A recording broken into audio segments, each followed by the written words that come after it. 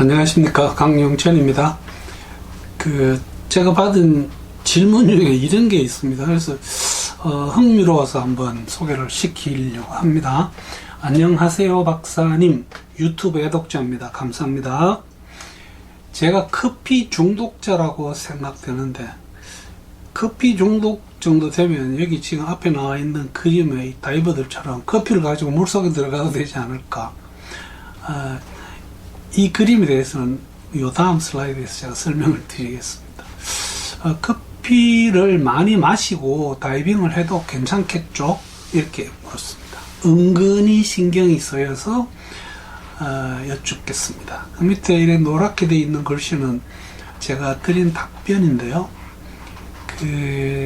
한 번쯤 언급할 내용이 있는 것 같아서 이런 제목으로 제가 한번 정리를 해봅니다. 다이빙 전에 커피를 마시는 것은, 이런 제목이 되겠습니다. 여기 지금 이 주제하고는 크게 관계는 없는데요. 그랜드 케이만이라고 하는 카리브 쪽에 있는 한 20년 전에 가보고 지금도 꿈에 그리고 있는 그런 장소입니다. 그 섬에서 저희들이 다이빙 마치고 항공기를 타기 위해서 공항으로 가는 중간에 이런 숍이 있습니다. 이름이 그랜드 케이만 에스프레소 디컴프레션 스탑이라고 되어 있습니다. 이게 참 제목을 보고 이게 참 잘 붙였다는 생각을 했습니다. 다이빙 마치고 이제 귀가하는 길에 여기 들려서 커피 한잔 하면서 감압을 좀 하고 가시라는 그런 의미가 아니겠습니까? 태국에서 제가 본 이런 종류의 샵 중에는 안전정지 Safety Stop 이런 제목의 이름의 카페에도 본 기억이 있습니다. 만약에 국내에서 제가 뭔가 비싼 걸 한다면 저도 이렇게 안전정지 라는 제목의 가격을 하나 냈으면 좋겠다는 생각을 합니다. 우선 커피가 어떤 효능이 있는지, 그 다음에 이 커피의 제가 지금 커피라고 하지만 사실은 이제 카페인입니다. 이 카페인 성분이 분명히 부작용이 있습니다. 또 그것이 다이빙 활동에 미치는 영향 혹은 부작용이 있고요.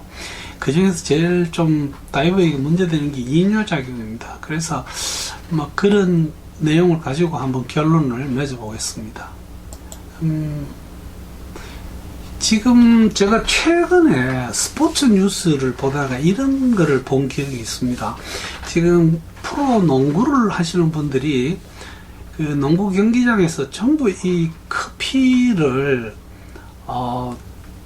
그 사람들 말로는 아메리카노 아이스 이렇게 했던 것 같아요. 이걸 전 선수들이 다 마시고 있는 걸 봅니다. 그러면서 어느 정도의 커피는 분명히 운동하는 데 도움이 된다, 이런 주제의 이야기였습니다.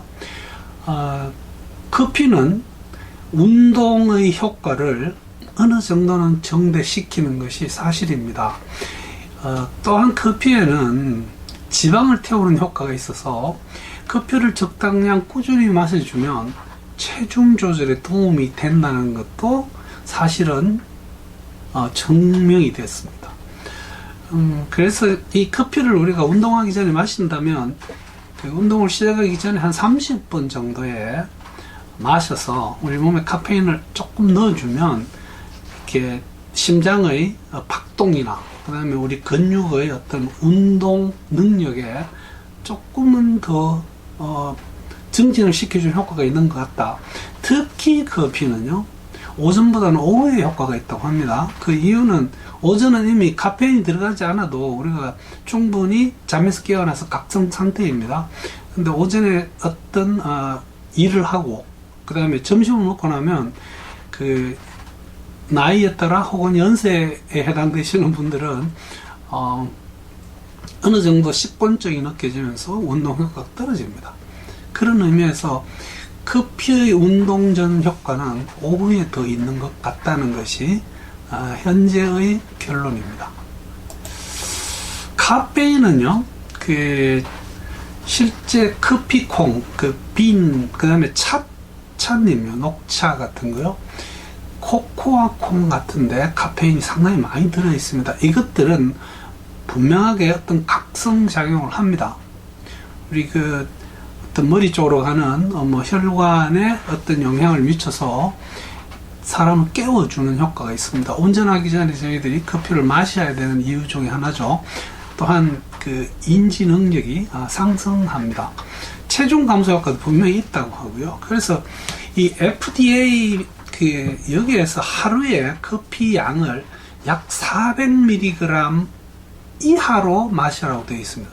그런데 이거 사실은 400mg이면 저희들이 보통 아메리카노 큰 잔에 아이스로 마시면요, 그 하나에 한 100mg 정도 들어간다고 봅니다. 즉 커피를 400mg 이하로 조절하기 위해서는 하루에 4잔 혹은 5잔 이하로 조절하는 것이 맞습니다.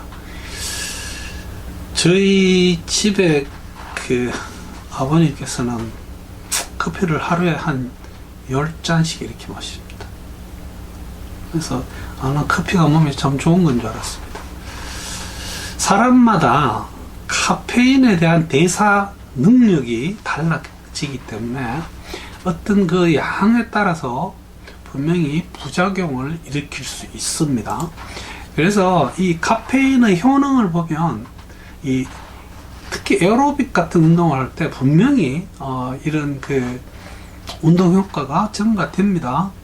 그 다음에 벌써 몇 차례 말씀드렸지만 카페인은 분명히 저희들 몸에서 지방을 태워주는 그런 효과가 있는 것 같다고 하는데, 사실 이거에 대한 연구 결과는 아직 조금 부족한 상태입니다.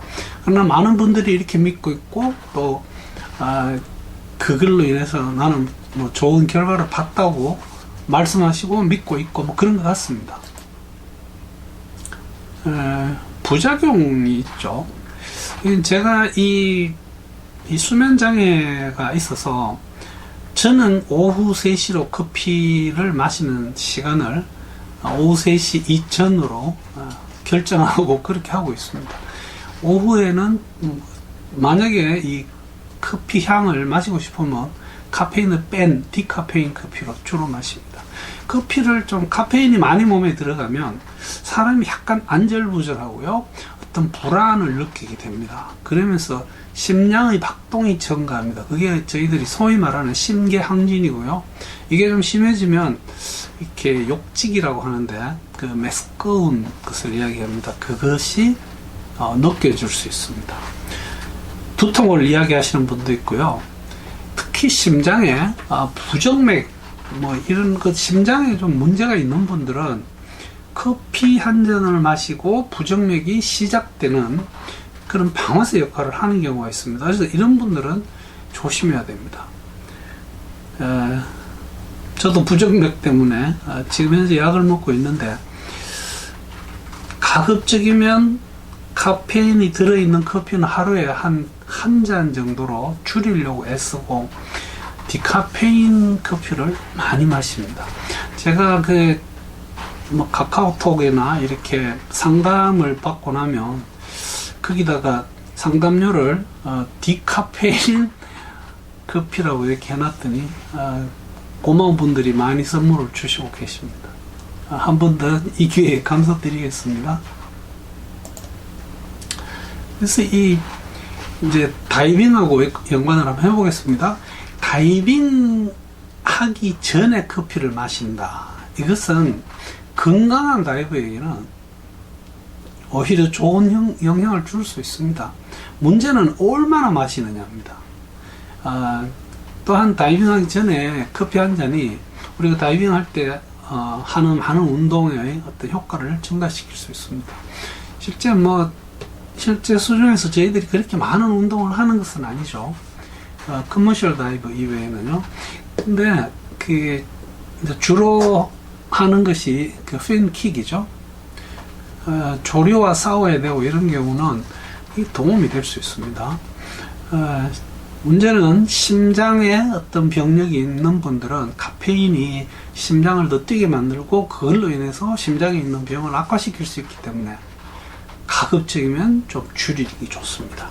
또한 카페인 마시고 잠을 잘 못 자는 그런 분들은 이렇게 다이빙을 행복하게 하기 위해서는 밤에 잘 자야 됩니다. 그래서 여러 날에 걸쳐 여러 번의 다이빙을 하시는 분들은 그 커피 마시는 시간을 잘 조절을 해 주시는 게 좋겠습니다.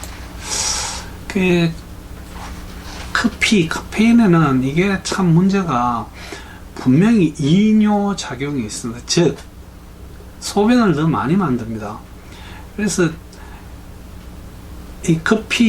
이 질문을 주신 분처럼 커피 중독인 분이 아침에 일어나서 커피 마시고 다이빙하기 전에 꿀떡꿀떡 마신 다음에 또 다이빙하고 나와서 또 커피를 마시고 이런 식의 어떤 중독자라면 이분은 분명히 커피로 인해서 탈수 효과가 납니다. 이제는 우리가 커피를 가루로 마시지 않죠. 물과 커피를 섞어서 마시기 때문에 커피를 먹기 위해서 마시는 물에는 사실은 많은 양의 물이 들어가 있지 않습니까? 그래서 제가 생각하기로는 커피로 인해서 오는 이뇨작용으로 인해서 오는 탈수가 이게 감압병을 일으킬 정도는 되겠나? 그러나 기왕 여러분들이 커피를 많이 마시면 혹은 커피를 마시지 않는 분도 다이빙 할 때는 물을 많이 마셔야 됩니다. 그렇게 이해를 하면 되겠습니다. 이제 문제는 그 전날 술을 많이 마신 경우 아직도 어떤 그 행오버 완전히 깨지 않은 상태 이럴 때는 그 알코올로 인한 이뇨작용도 굉장히 심하고 해서 이 분명히 많은 양의 커피나 많은 양의 술과 이걸 겸하는 경우는 탈수 효과가 나타나고 우리가 레크레이션 레벨에서 웨스트를 입고 하는 경우에 막 정 바쁘면 일을 보면 됩니다. 물속에서.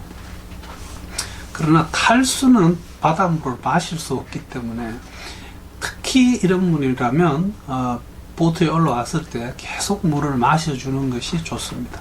지금 그 우리나라에도 다이빙 그 리조트나 다이빙 그 보트에 보면 물이 그 바닥에 지천으로 깔려 있죠. 이것은 그 운영하시는 분들이 대단한 서비스를 하는 겁니다. 여러분들 그 물을 아끼지 말고 많이 드십시오. 지금 내가 입수하기 전에 물을 많이 마신다고 해서 그 물이 내가 물에 들어가 있을 때 소변을 만들어낼 시간은 없어요. 차라리 나와서 소변 보게 되는 경우가 대부분이기 때문에 보트에 있는 물을 많이 마시는 게 맞습니다. 탈수는 분명히 감압병의 중요한 원인이 됩니다. 그런 의미에서 물을 많이 마시는 것은 감압병 예방에도 분명히 도움이 되고 아주 장시간 깊은 수심에서 다이빙을 하시는 어떤 감압 다이빙을 하시는 분들 이런 분들의 경우는 이 소변 보기가 싫어가지고 물을 안 마시는 경우가 있죠. 이것이 오히려 해롭습니다. 그래서 소변을 보고 싶어지는 것을 대비한다면 뭐 대부분 진지하고 심각한 그 감압 다이빙, 테크니컬 다이빙, 익스텐디드 레인지 다이빙을 하시는 분이라면 드라이수 때 소변 밸브를 다 하시는 게 맞습니다. 피 밸브를 좀 어색하긴 하지만 다 하시는 게 맞고 그 밸브를 달고 사용하는 어떤 카테타의 크기를 잘 조정하셔서 드라이수트 안에서 실수를 하지 않도록 조심하시는 게 맞겠죠. 그래서 결론은 그렇습니다. 커피뿐 아니라 다른 모든 카페인 함유 드링크, 저희들이 지금 이 에너지 드링크인데 옆에 지금 보면 여러 가지를 내놨습니다. 이 콜라 이 캔 큰 거요. 여기에 30에서 40mg이 들어있습니다. 티, 녹차 같은 거요.